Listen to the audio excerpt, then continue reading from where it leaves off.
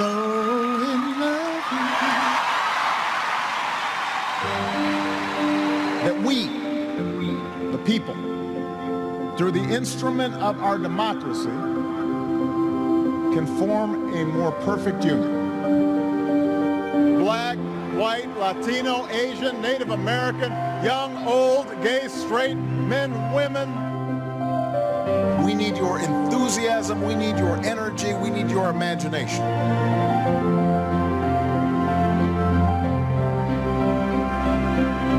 I, Barack Hussein Obama, do solemnly swear. I've never been more hopeful about our future. And I ask you to sustain that hope so long as we have the courage to keep reaching, to keep working, to keep fighting. I believe we can seize this future together. Yes, we can. Yes, we did. Yes, we can. Thank you. God bless you.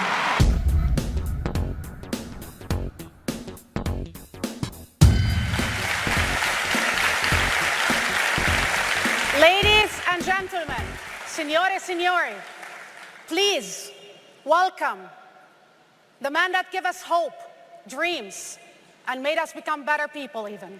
Please welcome President Barack Obama. Stand up.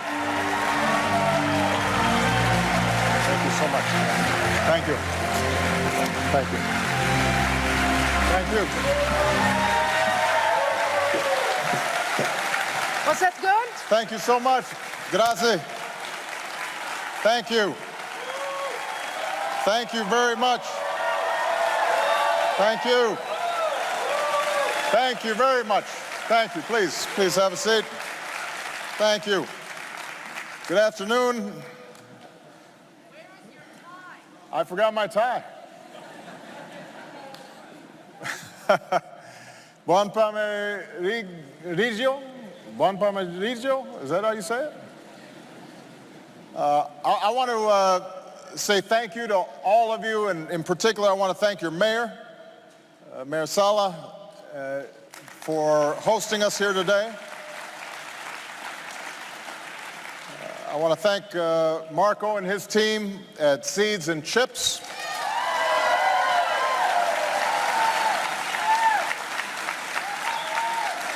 And the Global Innovation Summit. I also want to give some credit to your former Prime Minister, Matteo Renzi, and your former Mayor, Letizia Moratti, for their efforts in making the 2015 Milan Expo possible. And I want to acknowledge Ambassador Doug Hickey, who did great work for us at the United States Pavilion at the Expo. I want to thank Rula for the kind introduction and Morgan for the outstanding leadership that she is already showing. Now, let me first of all say that the last Obama that was here was Michelle Obama. And I know she is the bigger star, but she sends her greetings. I am very happy to be back in Italy. Years ago, before anybody knew who we were, Michelle and I took a trip through Tuscany, and it was one of the most romantic vacations we ever had. During our first term in the White House, we brought our girls to see the glories of Rome. 2 years ago, Michelle came here to Milan, and I promise you that we're going to be coming to Italy a lot in the years to come.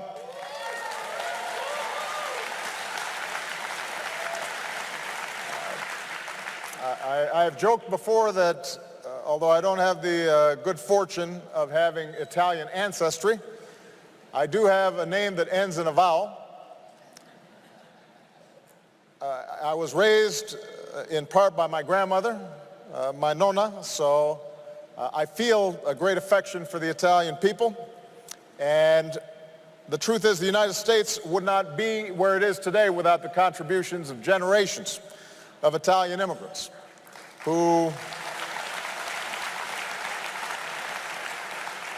who often arrived with nothing and had to endure discrimination, but through faith and hard work and love of family, went on to succeed in every walk of life, and they made America better and stronger for it. And I think I can speak on behalf of all Americans when we say thanks to Italy for the incredible hospitality that you've shown our service members and their families in Italy over the decades.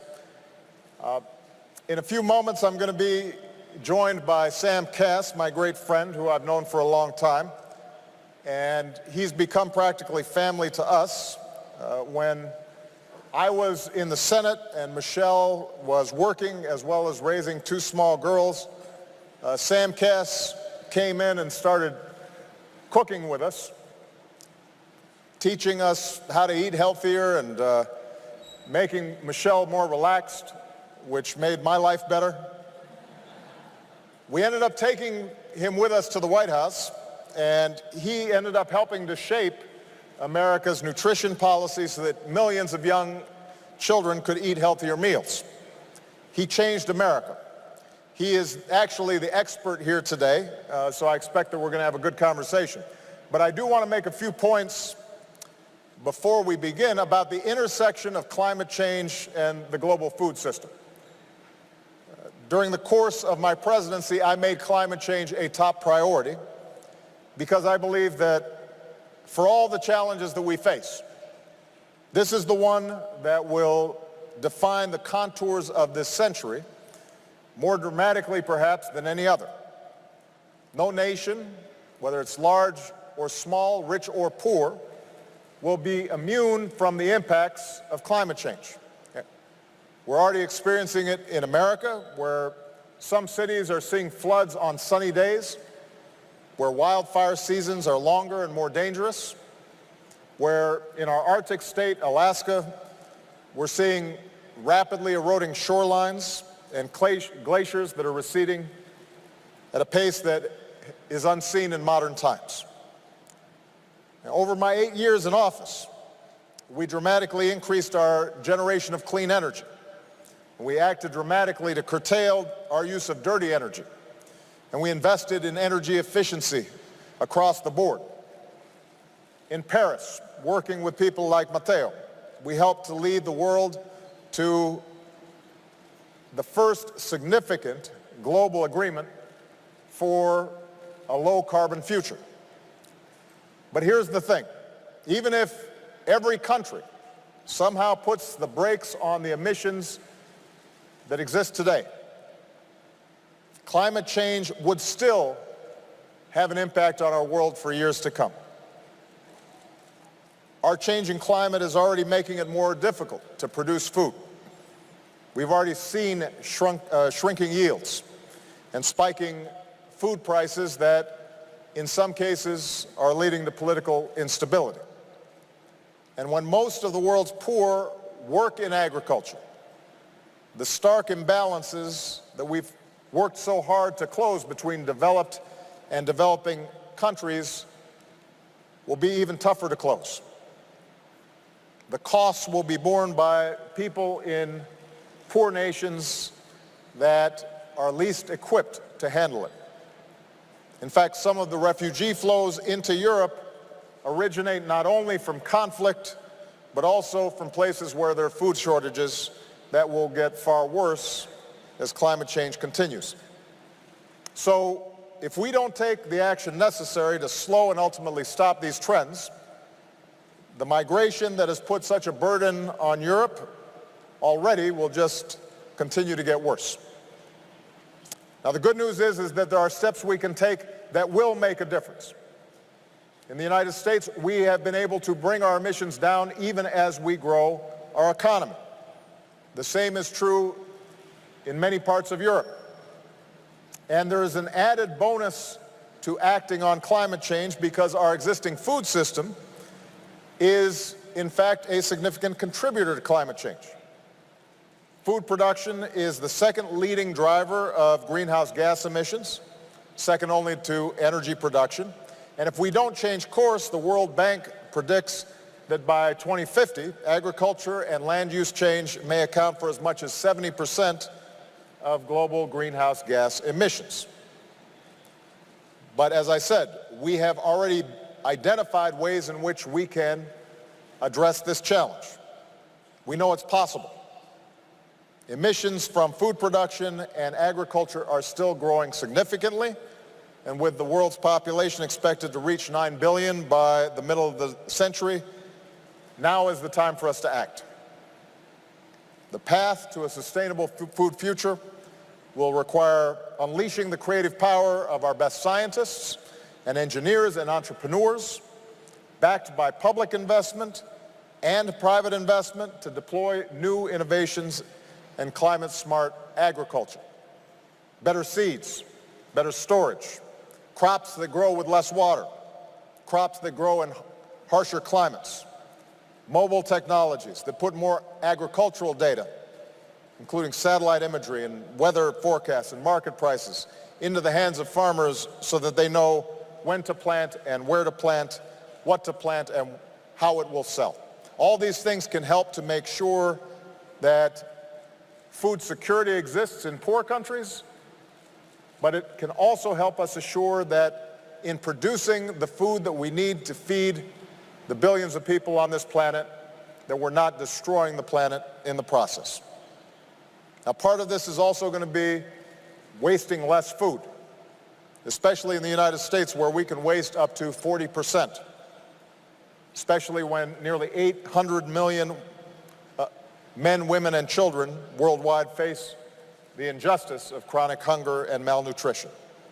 We have to create a food culture that encourages a demand for healthier, more sustainable food. Sam was a leader in this, working with my wife Michelle in their Let's Move program. And in fact, by working with schools, businesses, and local leaders across America, Let's Move actually helped bring down America's obesity rates for our youngest kids for the first time in 30 years. In fact, making sure people have healthy food to eat alleviates a lot of the medical costs that we're seeing increasing in the advanced world.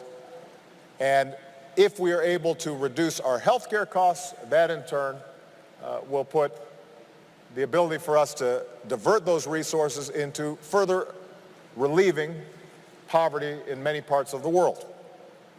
When families get the nourishment that they need, we see education outcomes rise, we see healthcare costs fall, we see economic activity improve, and when in the United States the number one disqualifier for military service is obesity, we might even be able to strengthen our security as well.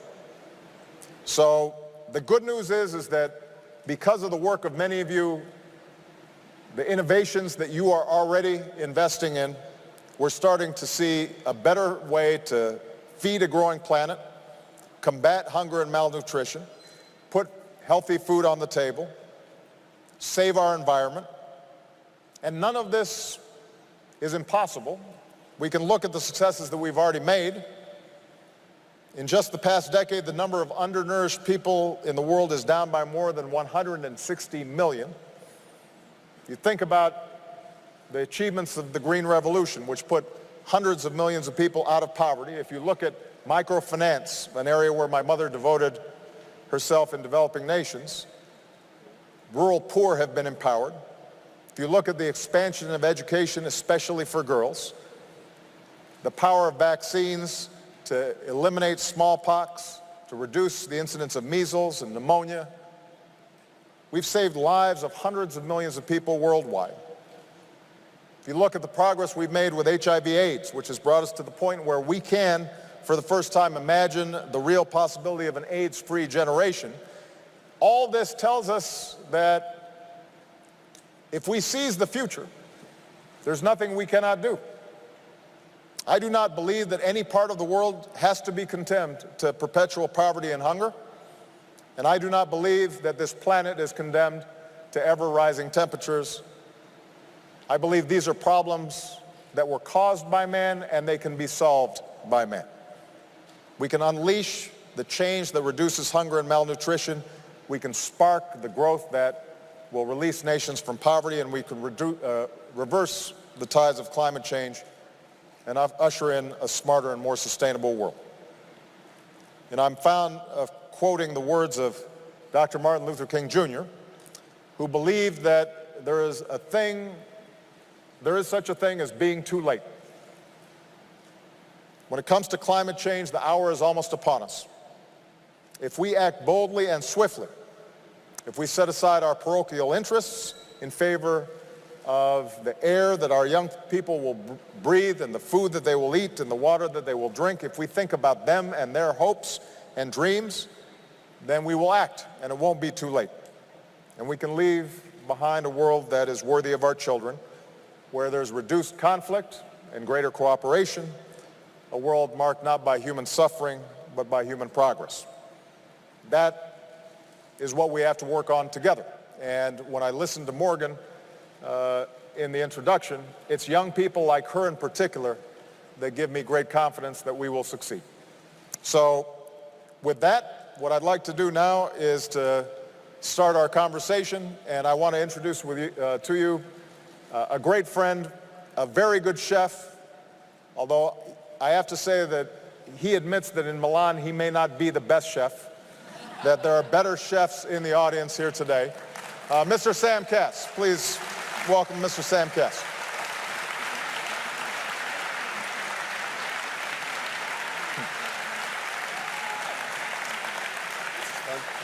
Come on. Ok. State tutti bene? Sì? Bravo. Okay. That's all the Italian he knows. That's it. After that, it's only curse words, so it gets, I can say no more. How's it going? It's good. Yeah, how's life after the presidency? What have you been doing? I assume you're doing like a little housework, fixing like the doorknobs and doing a little painting or something? It is true that I'm not living in the White House anymore. I actually am enjoying being in my own house. I have been fighting Michelle to get more closet space. Good luck with that. Yes. I have been trying to figure out how the coffee maker works.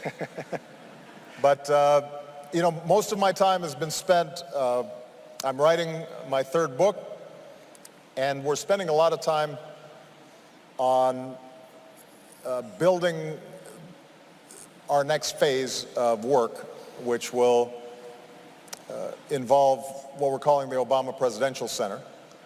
Our goal is to set up the premier institution in the United States, but also to work with other countries to train the next generation of leadership for activism.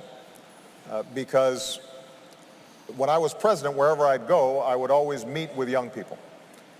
And it would always give me energy and inspiration to see how much talent and sophistication and optimism and idealism existed among young people in the United States, here in Italy, all across Europe, all across Asia, Africa, the Middle East. The problem is, so often young people's voices aren't heard, and when they want to get involved in issues, they don't know how, and they don't have the tools. So Matteo and I and others have been talking about how we can create an effective network of global activists, some who are in politics, some who are in business, some who are in journalism or working for NGOs, and provide them the tools, the training, the networks, the relationships, the funding, so that they can be even more effective. And that's probably what I'm going to be spending most of the next 10 years on, because you notice I have a lot of gray hair now. People always ask me, oh, Mr. President, we need you and we want you involved, and I'm happy to get involved, but the greatest thing I think I can give is to make sure that somebody who's 20 years old, 21, 25, who are ready to make their mark in the world, that I can help them so that they can take it to the next level. Yeah. So when you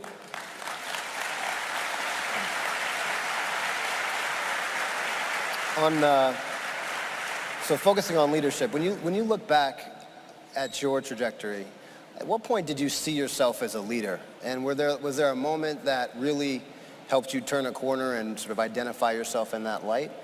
Because so much, as you talk about, the solutions are going to be dependent upon the next generation. So what was that experience to you? Like, what put you on that path? Well, the truth is, when I was young, I gave my mother a lot of headaches. I wasn't always the best student. I wasn't always the most responsible young person. It wasn't until I got to college that I think I began to think about many of the broader issues that the world was facing. But I think the moment for me in which I started to understand leadership was when I moved to Chicago. As you know, I had been inspired by the civil rights movement, and I wanted to be involved in some way in bringing about change. I got a job working with low-income communities in Chicago, and what I learned was that the mark of a good leader is somebody who is able to empower other people. So often we think of leadership as somebody at the top who is ordering other people around.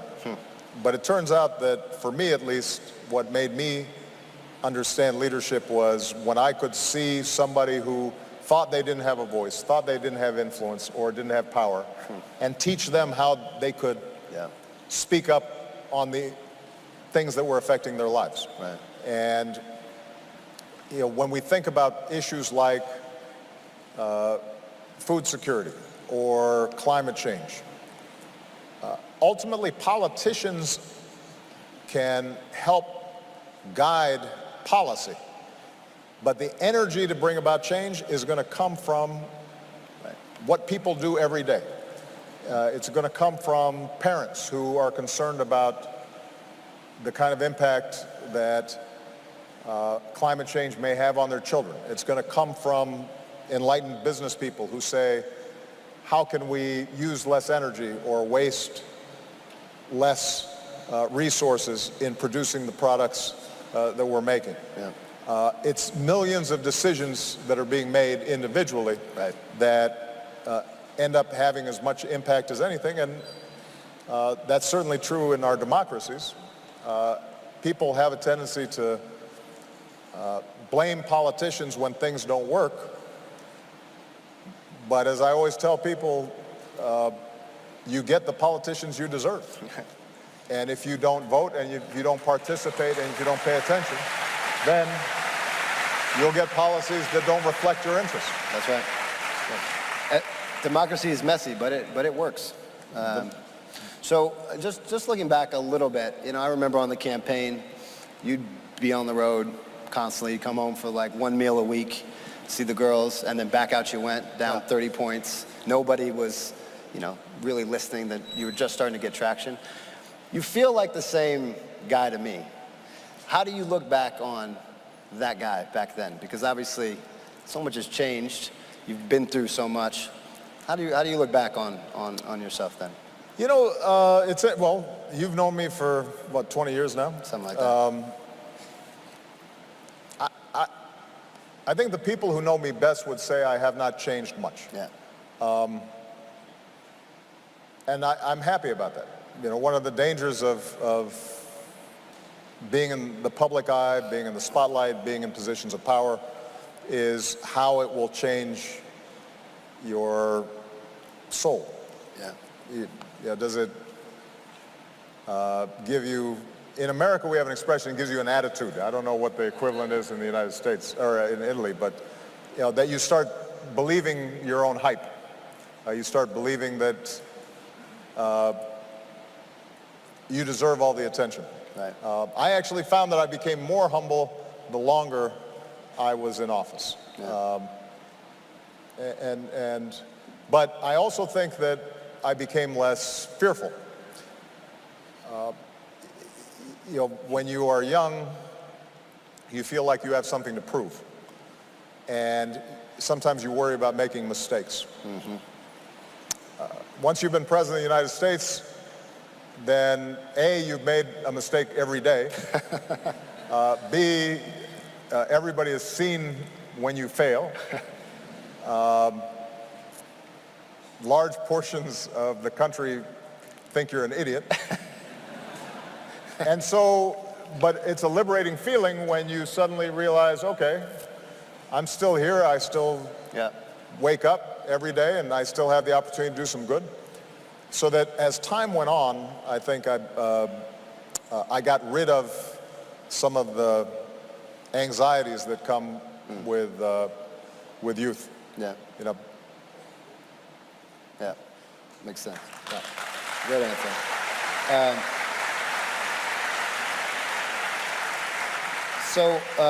One more on looking back. I think I know the answer to this. Everybody wants to know what you miss about the White House. I'm curious about what you don't miss. Oh, well, that's a long list. Yeah. You know, the hardest thing about being the President of the United States is it is unique in its isolation. I was speaking to Matteo and former Prime Minister Monti is here as well, a great friend. And you know, the burdens of leadership are true in any country, but in part because of the security apparatus around a U.S. president, you live in what's called the bubble. And it is a very nice prison. So you don't have the freedom of movement to be able to just take a walk or to sit at a cafe, because there's always the security concern around you. I don't miss that. Yeah. Now I am only captive to selfies.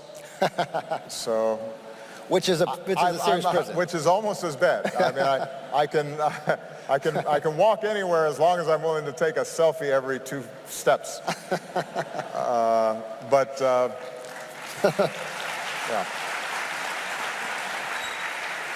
Yeah. Okay, let's talk a little bit about climate. Mm-hmm. You know, you've poured over the research and the science.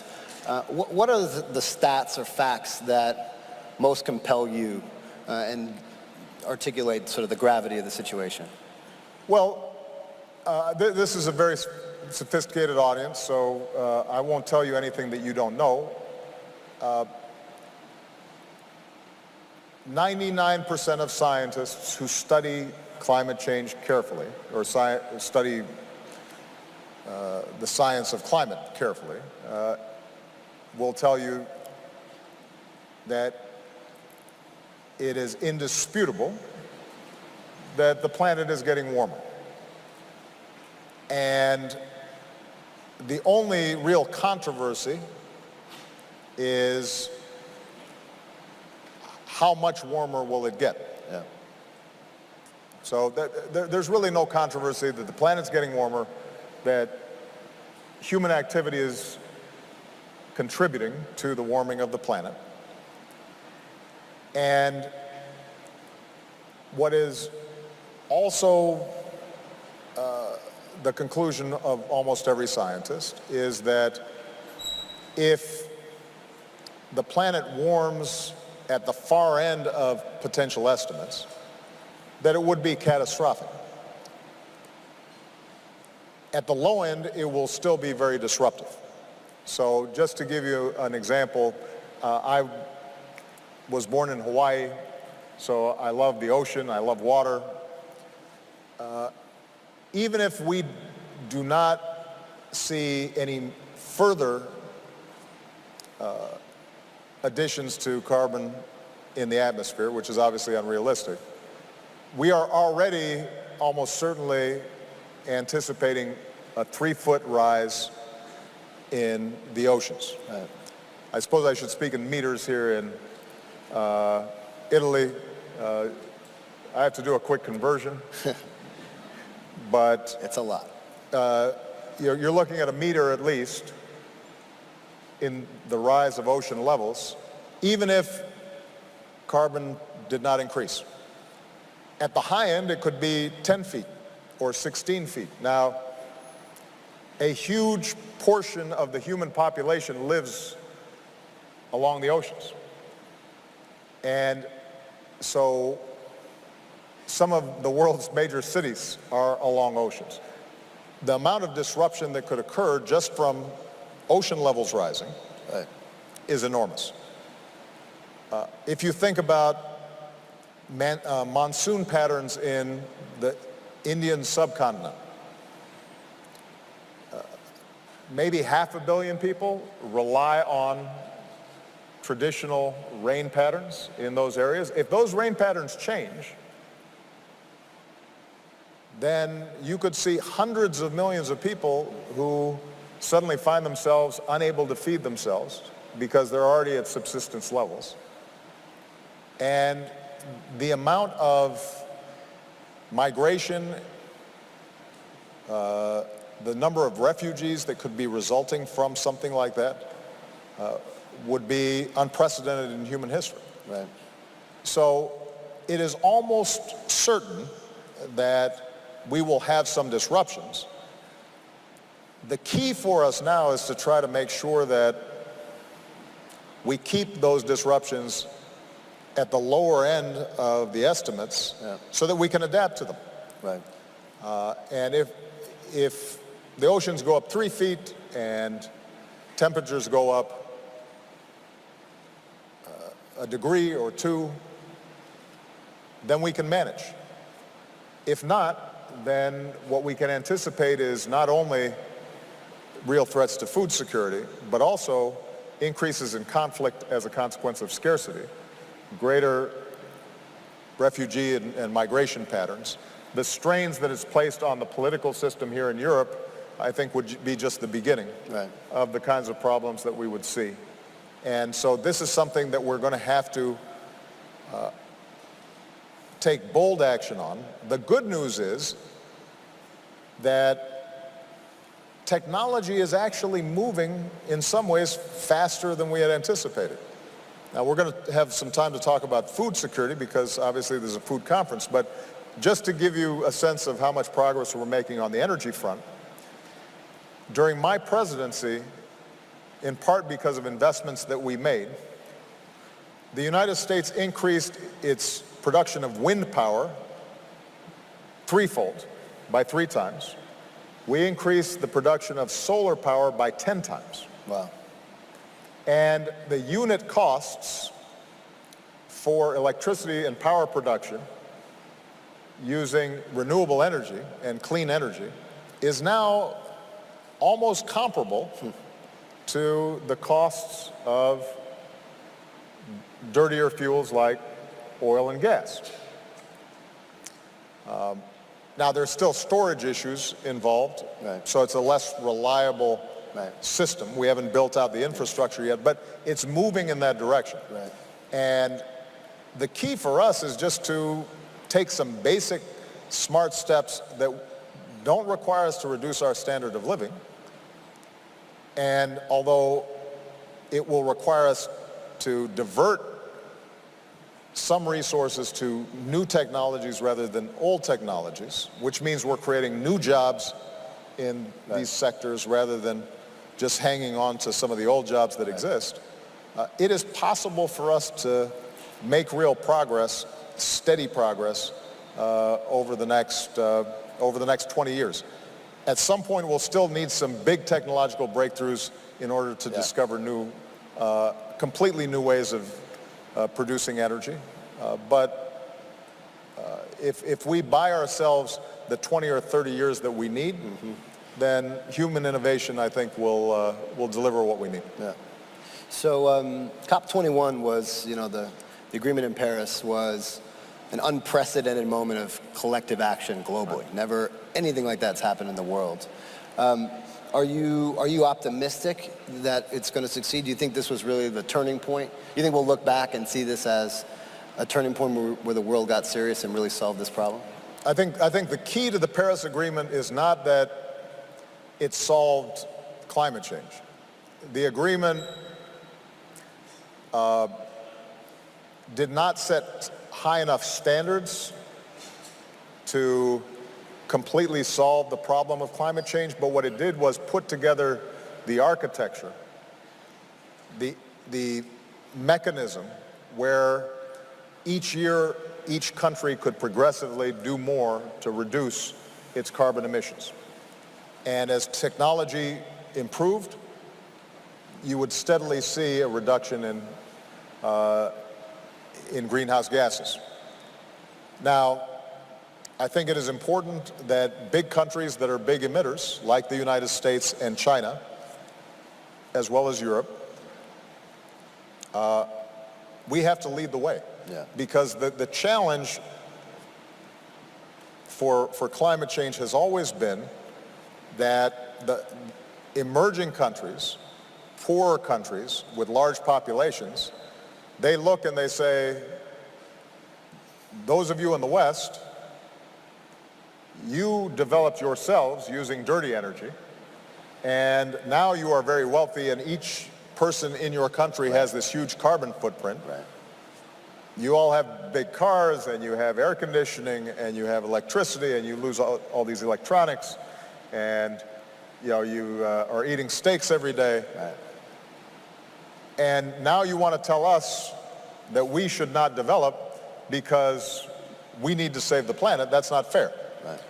And so what we've said is everybody has to do something. Right. But you are right that countries like the United States have to show leadership. Right. And the key to getting the Paris Agreement was the deal that I was able to make with President Xi, where China, the largest emerging country, and the United States, the largest advanced country, the two largest carbon emitters, came together and said, we're going to do something now. Yeah. That takes away the excuse for everybody else Right. who may not want to do something. Yeah. That's going to require, though, continuing leadership on all of our parts. Yeah. Nobody can sit on the sidelines if we want to deal with this issue in an effective way. I'm just going to take this. Yes. I'm going to take this moment just because I can to just thank you for your leadership, because I don't think people saw a lot of the leadership that President Obama did to get this done. The COP21 agreement literally would not have happened if it weren't for your leadership. So thank you so much for all that you did.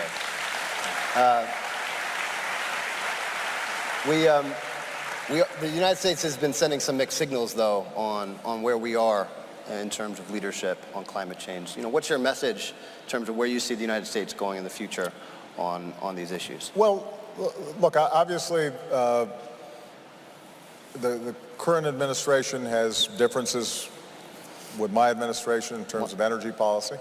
And that's part of what happens in democracy. Right. So there will be a useful debate that takes place in America. The good news is that in part because of what we did over the last 8 years, the private sector has already made a determination that our future is in clean energy.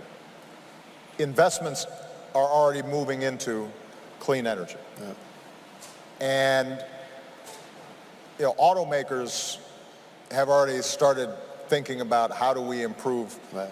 fuel efficiency. Those things are locked in now into the economy. So although because of the current debates that are taking place in Washington, it may be that some of the steps we put in place move more slowly than they otherwise would have. Mm-hmm. But I'm confident that the United States will continue to move in the right direction. I'll just give you one example for those of you who are not as familiar with the U.S. market. The Trump administration made a change. We had set some very aggressive standards for fuel efficiency in cars. Some of those the automakers adopted, but some of them were slated to take place in the future, and we're subject to change by the current White House. But here's the thing, California makes its own fuel emission standards, and California is the largest market for cars in the United States. So even if the rules change in Washington, there's no U.S. automaker that can afford to produce a car that is not fuel efficient enough to be sold in California. And so that's what I mean about how many of these issues are already being determined at the local level by business investors, by engineers who are making decisions now about planning for the future. And it makes sense from an economic point of view. There should be no company on earth that wants to waste energy, because energy costs money.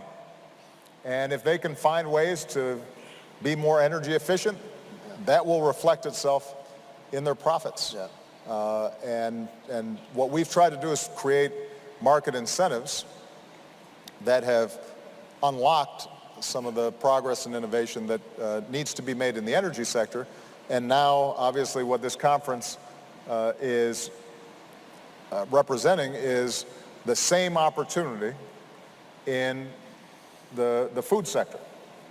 Because, as I noted in my remarks, although we've made real progress in becoming more efficient on the energy side, not as much as we need to, but we've become more efficient, we are actually seeing a continuing increase in the emissions that are coming out of the agricultural sector. And a lot of that has to do with changing diets around the world. As people want to increase meat consumption, that in turn is spiking the growth of greenhouse emissions coming out of the agricultural sector. This offers a huge opportunity for entrepreneurs, businesses, scientists, thought leaders to make progress in an area where we have not made as much progress as we can. So let's talk about that for a second. So when I look at the food system, it's fundamentally it's one of the most inefficient systems of the great human systems, right? We're depleting our soil, and our water tables, our aquifers globally are running very low. The two big foundation of how we eat. It's the second leading cause of greenhouse gas emissions, as you discussed, which is making it harder for us to grow food.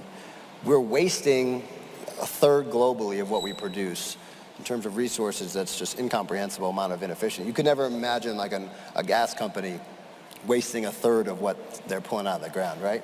And the outcomes we're getting, on the one hand, say in the United States, for example, a third of our children on track to have diabetes. It's the number one cause of preventable death and disease is related to food. And globally, we still see massive amounts of malnutrition and hunger. So that for me just says giant inefficiencies that we can solve for. So we'll get to a few of those pieces. But I was at COP21 trying to get food to be a little in food and agriculture to have a lot of voice. But like pretty traditionally, the vast majority of what I heard was about energy, very little about food. Why do you think food hasn't been a bigger part of the focus when it comes to climate? Well, part of it is that we haven't publicized in the past the impact of food production on greenhouse gas emissions. So I think people naturally understand that big smokestacks have pollution in them, and they understand air pollution, and so they can easily make the connection between energy production and the idea of greenhouse gases. People aren't as familiar with the impact of cows, right? And methane. I mean, that's unless you're a farmer, and then you know what takes place there. So some of it is just lack of knowledge in the general public. Now, keep in mind, it took a long time to educate people around climate change, and we still have a lot of work to do. So part of it is education. Part of it is that food is a very emotional issue, especially here in Milan, right? I mean, food's important. I should point out that before I came here, I actually went to see Da Vinci's The Last Supper. So even in our religion and in our art, food is important. And so because food is so close to us and is part of our families and it's part of what we do every single day, people, I think, are more resistant to the idea of government or bureaucrats telling us how to eat, what to eat, how to grow, et cetera, right? So some of it is, I think, that resistance. The truth is that the agricultural communities in every country are very strong politically.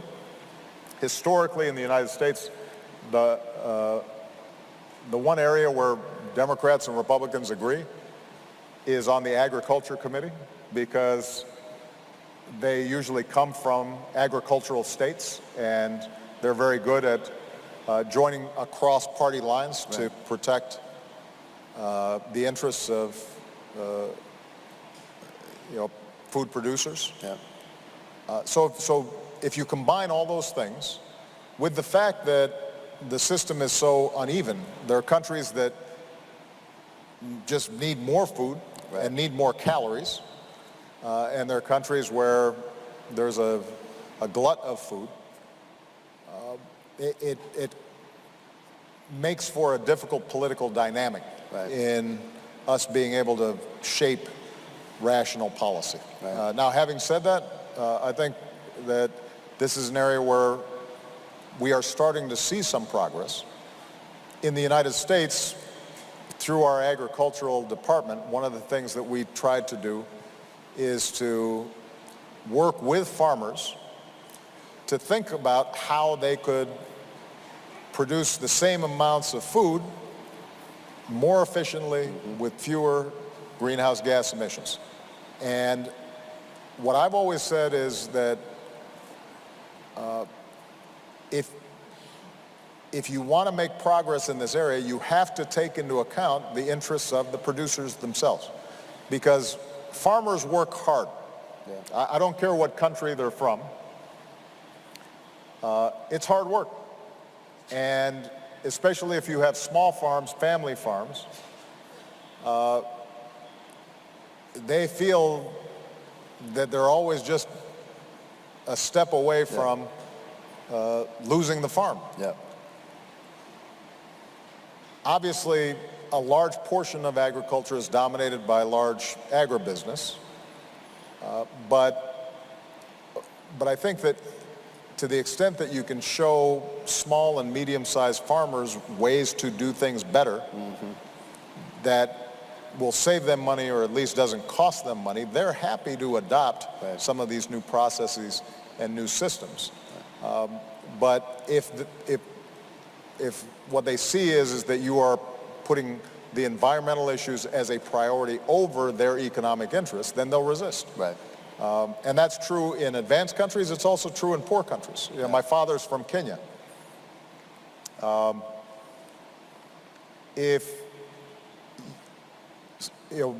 first time I visited, I was speaking to some conservationists who were very upset because some of the game parks were being encroached upon by either the Maasai with their cattle, or by subsistence farmers who were slashing and cutting down the ecosystem. And my sister, who's from Kenya and I think has a less romantic view about animals and game parks, she said, well, if all the money of the game parks is going to the tour agencies in Nairobi and not going to the farmers right next door, then of course they're not going to care. But if they see some incentive, some economic interest in helping to conserve this land, then they'll participate. And that, in fact, has been the case where you've seen success in conservation. It's because you brought in the local farmers and you taught them how this is better for them. Yeah. So that, I think, has to be a top priority. If we're going to be successful, we have to engage producers. We also have to engage consumers. Yeah, that's where I was just about to go. Because we do hear a lot about climate smart agriculture, sustainable agriculture, but in the end, farmers are growing food to feed people, right. And it's a very interwoven system. And I think we have to really start talking about climate smart eating if we're really going to unlock that potential. So the biggest driver in emissions from ag is beef. Now, you and I love a steak. I've cooked you thousands of steaks, probably. Well, I don't know about thousands. Well, hundreds, maybe. I've been cooking for you for 10 years. Hundreds of steaks. I'm trying to count. I don't think there are thousands, but... It's been a long time. But what is true is I am not a vegetarian. Yes. I respect vegetarians, but I'm not one. I'm not one of them. Yeah, neither am I. No. But do you think that has to be a part of the solution? Is changing, what we're actually eating, just not how we're growing it? Well, for those of you who are not familiar, Sam worked with my wife to promote healthy eating, and most of the impact that you had was not legislation. It wasn't laws that were passed, but it was just raising awareness with parents about what unhealthy eating was doing to their children. And I think the key from a consumer perspective is just giving people good information. Yeah. Now, the challenge we have is that, I lived in Indonesia when I was young, and in Southeast Asia, in South Asia, in Africa, currently meat consumption is so low in a lot of communities that the gap between meat consumption there and in the United States, for example, is as much as the energy use in those countries per capita and what it is in the United States. So no matter what, we are going to see an increase in meat consumption. Right. Just by virtue of more Indians, Chinese, Vietnamese, and others moving into middle-income territory. That doesn't mean that we can't teach, you and me to have a smaller steak for our own health. It doesn't mean that we can't make progress in educating the advanced world about the need to reduce, just for dietary reasons, the amount of meat that we can consume at any given meal, particularly if it's wasted. Yeah. But what it does mean is that we're also going to have to find ways to produce protein in a more efficient way, and that's where some of the technologies that come in at this conference, I think, will be really, really important. Yeah. So you just mentioned it briefly, to touch on it before we move on to sort of health and technology. We do waste an insane amount of food. In the United States, it's 40%. The average American family is throwing away $1,500, the average family. So that's a lot of money for them. Do you think this is just endemic to who we are in the Western world to waste this kind of food, or do you think this is something we can make some real progress on? No, I think we can make progress, but part of waste has to do with commerce and how things are packaged and how things are sold. Yeah. And I think an area where technology and innovation can make a huge amount of progress is in the equivalent of what happened in manufacturing, where you just have smaller inventories, so you wait until you need the part before you use it and you don't have to store as much. The same is true, I think, in food. Part of the problem is that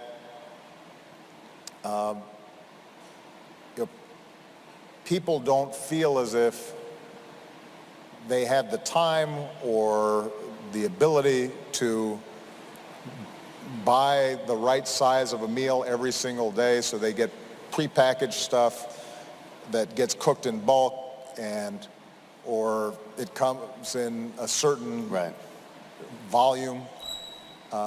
And one of the things that I think is really interesting is when you have fresh food, you're less likely to waste it because it doesn't last as long. You buy it on the day that you're going to eat it, and you use it, and you know what you want.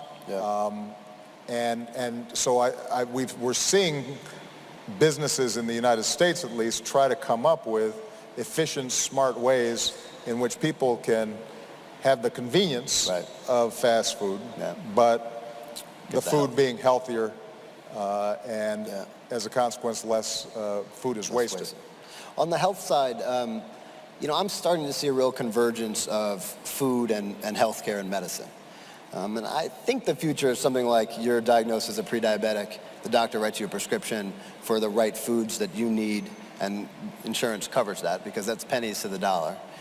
Do you see that same thing? I mean, obviously healthcare was a big part of your work in the White House. How important is healthier eating and food in the longer term solution to health and wellness and healthcare costs? Well, what we know is that a huge percentage, maybe 30% of overall increases in healthcare spending in the United States is because of obesity-related disease. So this is not just billions of dollars, this is tens, hundreds of billions of dollars that we are spending, and U.S. companies are spending because we don't have a government-based healthcare system, that they're wasting essentially because people are getting sick from preventable diseases. So the more we can do to educate people on healthy eating, just like no longer smoking, and I say that as somebody who's a former smoker. Michelle beat me over the head for years until I finally stopped. If you can prevent diseases, that obviously saves a lot of money in the healthcare system. That's the place to start. You are right that during my time in office, one of the things that I'm fascinated by is this idea of personalized medicine.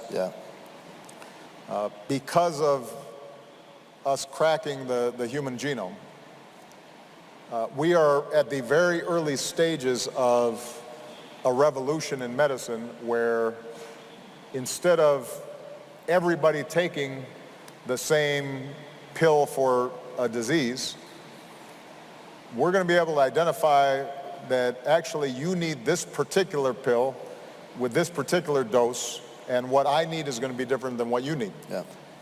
We're going to be able to anticipate what kinds of tendencies you have, what diseases are you prone to. We're more likely to find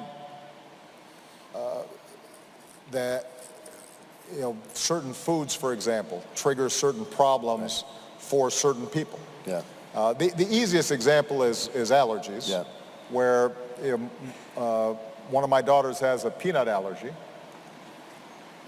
but she's now going through a process at Stanford University where she's being evaluated for each nut, the kind of allergy she has, how bad it is, and they're able now to determine protocols whereby if she takes a little bit of nut protein in a pill each day, slowly her allergy is eliminated.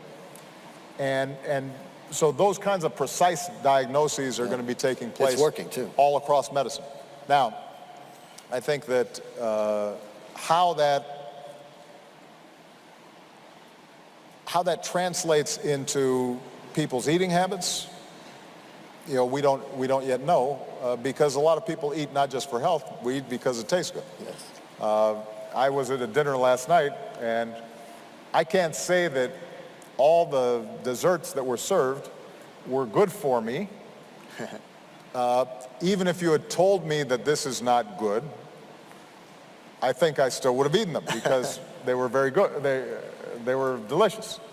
So, and you know, we don't want to create a society in which, Yeah. you know, you can only eat things that are good for Who you. wants that? Yeah, I mean, once in a while you should be able to just eat because it tastes good. But I do think that at least each individual is going to have more information about their own Yeah. their own tendencies and to be able to optimize Yeah. what's best for them. Yeah. And that's a huge area for innovation and over time improved health Yeah. and ultimately cost savings because people are getting sick less. Yeah, you just said something that I think is really important, especially for the entrepreneurs here, which is that if it doesn't taste good, it's not a future that any of us want, number one, or that I think is going to work. I mean, if we don't have a delicious future, what's the point of this, right? So I think that's a critical point. So before we get to the technology part, just one last question on health. Watching your wife, Michelle, do her thing and have her impact, what did you learn from her as you watched her go about her business? Because she's just been one of the most effective leaders any of us have ever seen. Well, I think that Michelle's success was because she came at the problem as a parent rather than a policymaker. And she had a very good sense of how a mother thinks about feeding her children. Right. And she wants to make sure her children are healthy, but she also knows that she's busy, and she knew that she needed something that was quick and convenient and that the girls actually would eat. Challenge right there. And so I think she came at it from a very practical perspective. And I guess that goes to the point you were making earlier about food and that you just re-emphasized. People want joy from food. Yeah. There's some elite athletes who they eat just as fuel. And, they're taking, I need 5,000 calories, and so they just get boiled eggs and, soy milk, and that's all they eat all day long. But that's not how most people are going to think about food, because it's a social and a cultural glue that we depend on. So that, I think Michelle's strength was thinking in those practical terms. Yeah. And I think in the area of food in particular, maybe more than energy, it is important to attract people with something positive rather than try to penalize them with something negative. Yeah. Because I think the average person is not going to be happy if the government is telling them what they are eating or what they're drinking or how they're supposed to live in something that is very personal and very intimate to them. Yeah. All right, to focus a little more on technology for a minute. As you walk around the floor, there's just amazing innovation happening, all from agriculture and precision agriculture all the way through to consumer products, goods, and smart kitchens and all kinds of stuff. I think one of the emerging technologies that, from my vantage point, holds the biggest potential to transform how we eat is gene editing. Not GMOs exactly. It's actually, manipulating the current genome of a seed to enhance nutrition, reduce water needs, all these, and it's cheap and easy, and now could affect everything we eat. What are your thoughts on that technology? Are these the kind of tools that are going to be vital to solve these problems, or do you think what we have now is enough? Because people are just starting to wrap their heads around these kind of emerging technologies. Well, look,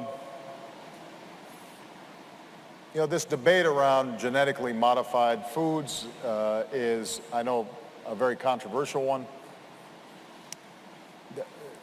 The approach that I took when I was president of the United States is in the same way that I would let the science determine my policies around climate change. I try to let the science determine my attitudes about food production and new technologies. And precisely because, as I said before, people are very sensitive about food and what they're feeding their families, I think it's okay for us to be cautious about how we approach these new technologies and genetic modifications. But I don't think we can be closed off to it. I don't think we can be closed-minded to it. You know, the truth is that humanity has always engaged in genetic modifications. Right? The rice we eat or the corn we eat or the wheat we eat does not look like what corn or wheat or rice looked like 1,000 years ago. And that's because humanity continually learned from experience, and once the scientific revolution took place and the Renaissance took place, we started realizing that we could not just discover things by accident, but actually put in place systems of discovery and the scientific method. So we can't stop now in discovering new things. I do think we have to have some safeguards in how we approach it. Part of what Sam was referring to is the technologies around gene editing, gene splicing, all those mechanisms to change the fundamental ways in which life organizes itself. That's advancing very quickly, and it's very cheap. The barriers to entry are not as high as they used to be. And so thinking about how we do this in the food context in an appropriate way, in a controlled way, to make sure that we get the benefits without the unintended consequences, that is an appropriate area for policymakers to examine and work with industry and work with science to figure out. But I don't think that we can just cut it all off. And the GMO debate that took place in the United States as well as here in Europe, I worry a little bit that sometimes the conversation has just gotten cut off, as opposed to let's see what the facts are. But again, you understand where the distrust comes from. There was a time when the tobacco industry assured us that cigarettes were great for you. And there have been times where pharmaceutical companies said that something wasn't harmful, and then it turned out that they had been doctoring and manipulating the data, and people were severely harmed. So, and when it comes to genetic modifications, what we also have to look at is how is it going to impact in the broader environment. But it's here, it's going to come anyway. So we might as well make sure that we have a smart discussion about how we proceed, how we think about it. And I think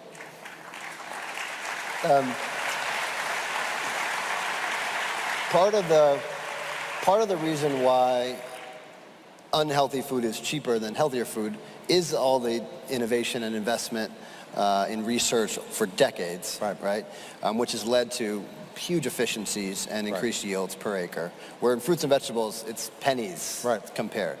The other, I think, big transformation was the mechanization of the farm, particularly for large commodity crops. Now you can plant thousands of acres, water them, and harvest them, and there doesn't have to be a farmer anywhere near that. And those technologies really are still at its infancy. I mean, they're going to get better and better. As we start to see possibilities to bring those technologies to fruits and vegetables, for example, which right now are very labor intensive, meaning a lot of people are employed to do that. That's why the prices are higher. How do you, and this is a tension that's playing out throughout our entire society, where technology is just replacing jobs. How do you balance those in your thinking? How should we be thinking about jobs and then efficiencies around health and wellness for fruit and vegetables? Well, let me divide up the question. First of all, in everything we've been talking about today, the issue of inequality, both within countries and between countries, is absolutely critical. If we do not pay attention to the increasing inequality that exists, and that technology and globalization is accelerating, then there will be a backlash and a resistance to technology and change and globalization because people will feel left behind. And that is true across the board. If people feel as if they don't have control over their lives, their children don't have a good future, then they will resist efforts to deal with climate change, because right now I'm concerned about feeding my child. It's a luxury to worry about climate change. You have to be able to have enough to eat before you start worrying about what's going to happen to the planet 30 years from now. When it comes to healthcare, what we just described about personalized medicine, if we start getting to a point where the very wealthy are living 10 years or 15 or 20 years longer than poor people in the same country because they can't afford those same technologies, you will see massive disruptions through the political system because people will find that completely unjust, and they will be right. So we can't ignore making sure that everybody has some ability to access the wonders of this new world. So that's point number one. Point number two is that technology across the board is making many sectors of the economy far more capital intensive, far less labor intensive. We saw it in manufacturing, but it is now moving through the large portions of the service and managerial sectors as well. This is going to be a major problem in the advanced world and over the long term in the developing world as well. It's one of the things I worry about most, and that is the nature of work. Because what work does is it does not just provide income, it also provides people a sense of dignity and status in their society. I'm certain that in many countries in the Middle East, for example, or in South Asia, part of the problem that leads to radicalization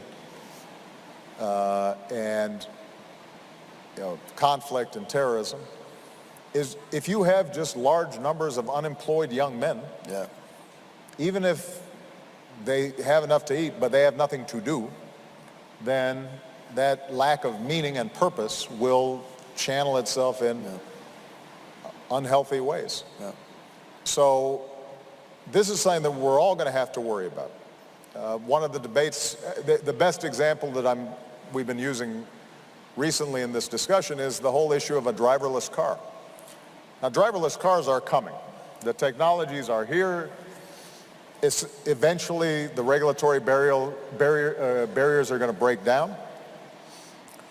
And the truth is that we can create a system of driverless cars that are safer, result in fewer accidents, are more fuel efficient, so the energy savings in the transportation sector are massive, are more convenient. But in the United States alone, there are 3 million people or 4 million people who make good livings just driving. And where are they going to work if suddenly trucking, buses, all this no longer needs a driver? We have to anticipate those things now. But I guess my point is that when it comes to how that applies to the sector, the food sector, as it is in the United States, only 2% of people are involved in agriculture anyway. So I don't think that the displacements in agriculture are going to be massive. We'll have to deal with Right. Particular communities or particular types of agricultural workers who may need different experiences or different training in order to find new jobs. But this is a much bigger concern in the economy as a whole. And my guess is that ultimately what is going to happen is that everybody's going to have to work a little bit less, and we're going to have to spread work more. But that's going to require a reorganization of the social compact.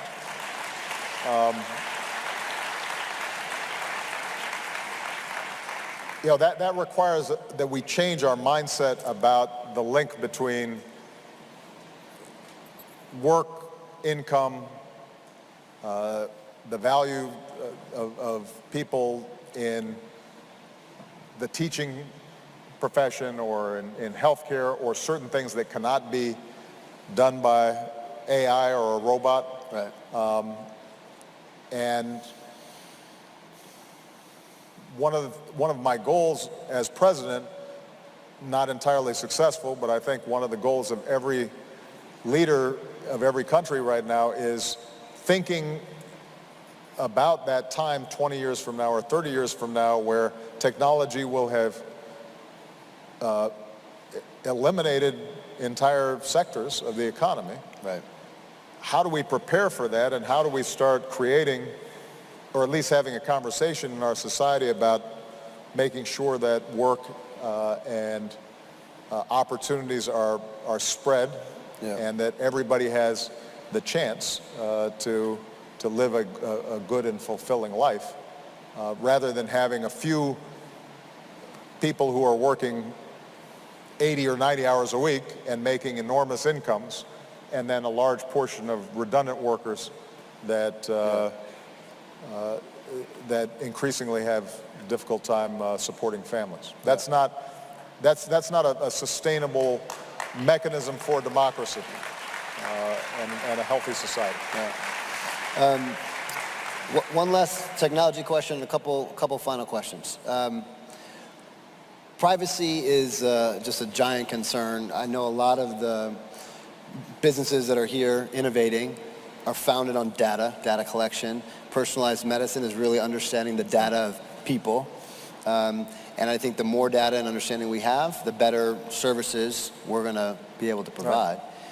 How should we as young entrepreneurs or investors be thinking about the tension between protecting people's privacy, but also using that kind of information to transform people's health for the better, transform their food, and so on?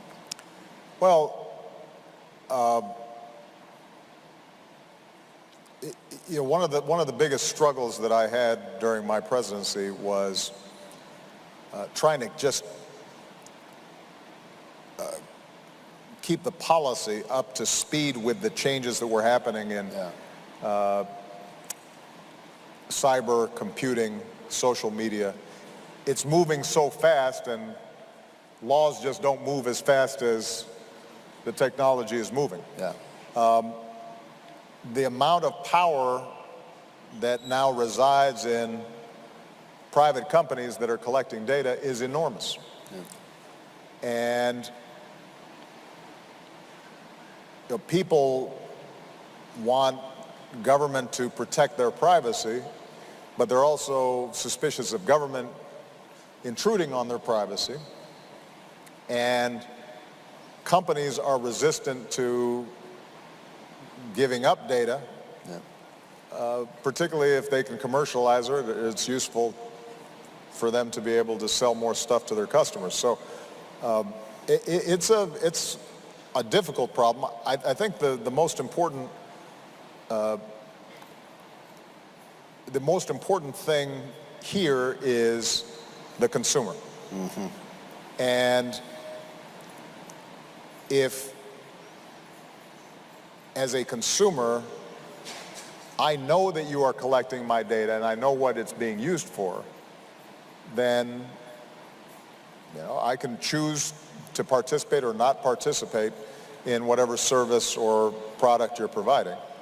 If I don't know, and then you're selling it to somebody else and I'm getting a whole bunch of advertising coming over my phone, Yeah. then that's different. And so I think that at a minimum, the baseline has to be consent and consumer awareness. Yeah. And you know, I think a lot of companies don't always do as good of a job as they need to be doing in making sure that people understand how their data is being used. But you're absolutely right that this is going to be more and more relevant because companies are collecting more and more data. Yeah. And from a government perspective, it's going to put pressure on a lot of governments because, as I said before, if you want government to help police and prevent bad actors from stealing your data, hacking into your bank accounts, etc., then that means that the government has some capacity to do things within the cyber world. And if you don't trust the government with that capacity, Right. then it's hard for them to do their jobs. Right. And what we've tried to do is create partnerships with the private sector, provide guidelines, but again, as much as possible, make sure that consumers are the most important check on how companies use their data. Yeah. And I think it's important as we move forward for people to feel as if they do own their data. Yeah.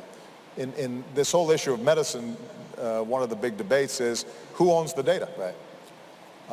Right now, many research facilities, hospitals, they will take samples and data from patients, use them without necessarily Right. the patients understanding exactly how their data is being used. Yeah. And so we've been developing laws over the last several years in the United States about what it means to own data, and it's going to be more important when, for example, we start wanting to get genetic samples from a wide range of folks to determine what kinds of diseases are responsive to certain types of treatments. Right. Our ability to participate in those studies, but do it knowingly, saying I'm giving my data freely because I know that this is going to be used properly. Yeah. Creating structures to do that, I think, is going to be very important. Yeah. Okay, we could sit here and do this all day. Last couple questions.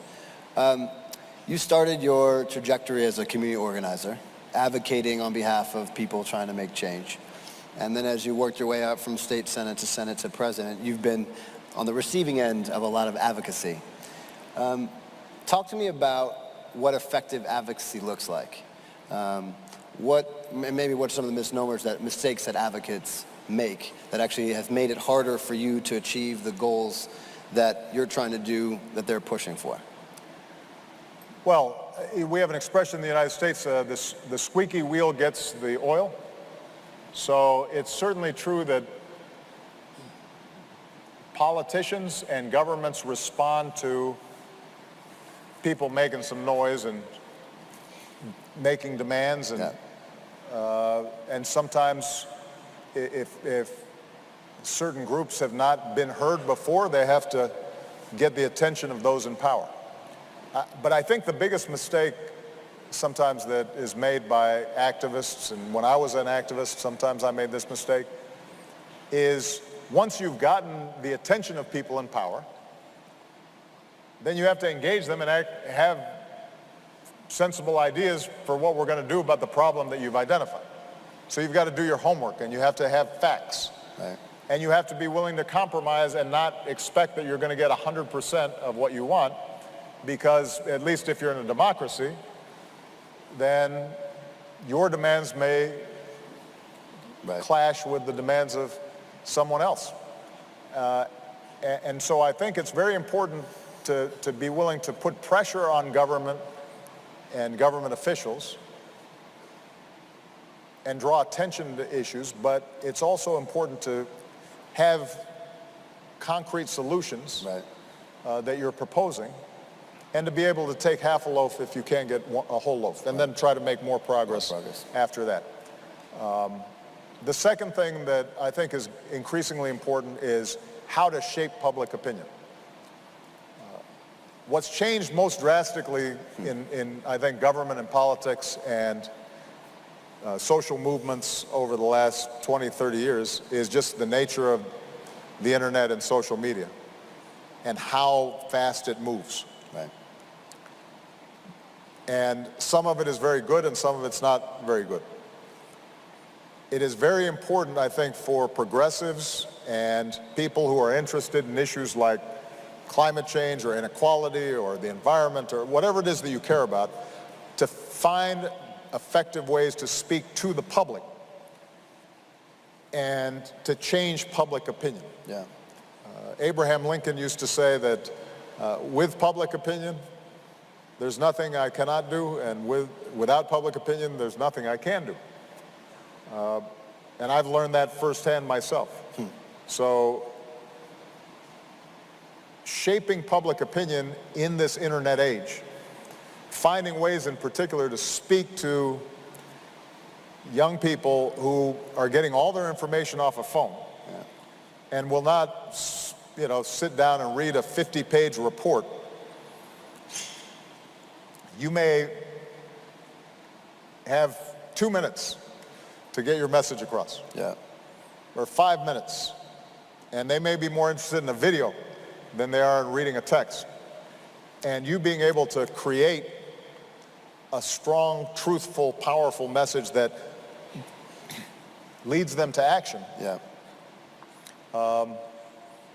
I think that's going to be something that I'm going to be spending a lot of time thinking about.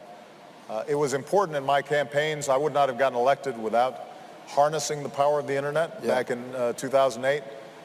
But what we were doing back then compared to what's happening now, it was like we were using the telegraph. It's like the Stone Age. It was like, we were beating a drum. But I think a lot of the keys to that is how you tell your story, right? I mean, a lot of times we try to advocate only facts and cerebrally. As opposed to emotions. But talking to people's hearts is really the way I've found to be most effective in getting people to change. I completely agree with that. Okay, when being in government for 6 years, serving with you and the First Lady, I actually, although immense power, you actually feel all the constraints of government and how, particularly on issues of food, and this is a private endeavor. Farmers are business people, truckers are business people, and down the line. And what is the role for the private sector? And when you see the young entrepreneurs coming, what's different about them? And do you see a change in that mentality from a business perspective? Well, look, I think, as I said at the beginning of my remarks, young people are more conscious today. They're more innovative. They're more entrepreneurial. Because they're more skeptical of government and politics, Matteo and I are exceptions. It seems as if a lot of people think, that's a dirty business. I don't want to go into it. Who wants to be, criticized and attacked all the time? And so I think you're seeing a lot of people who want to change the world think maybe going into business or a non-profit organization is the better way to do it. I think we need good contributions from all these sectors. If I were an entrepreneur today, trying to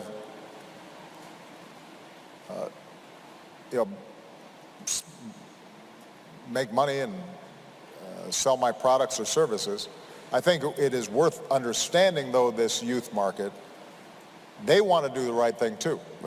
So if they find out that what you're selling isn't good for the environment, or what you're selling is not good for people, or if they hear that you do not treat your workers well and do not pay them a decent wage, and don't provide decent benefits, that can affect your brand. And so part of what's changed is the nature of the entrepreneurs themselves, who may be more socially conscious coming into their business. Right. But part of what's changed is, even if you don't care about these issues, your customers care, and you've got to be paying attention to that. That gives me a lot of hope. It should make you hopeful. Yeah. I noticed that we have two questions on the screen, and then I've got to go home and have dinner with my family. Yes. So. All right. So we Right, have. so They're kind of the same. I don't know what's for dinner though tonight. Hey, you're on your own, man. I can't help you there. I'm staying here and having dinner here tonight. Yeah, exactly. I'm not stupid. Okay. Food for all from Joshua, age 13, from Italy. He asked, and I'm going to ask the question 1 and question 2 because they're similar. I often hear about people not having enough to eat, and it makes me feel really bad. What can I, as a 13-year-old, do to make changes that will help bring food to everyone? And Cole and Parker, age 7, they're from Idaho, but have spent a lot of time here. They're asking about feeding the planet. President Obama, we are so excited to be with you here. We're only 7 years old. What can we do to help feed the planet? And we love you.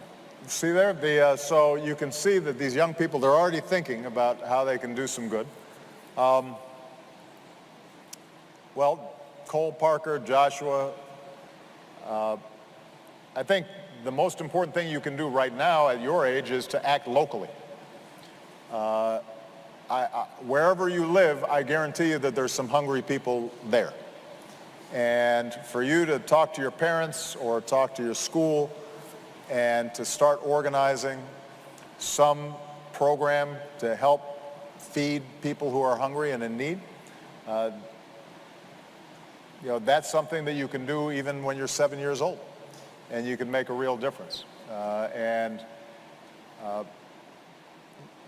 The effect that you can have on your schoolmates and your friends and your parents when they see that you care,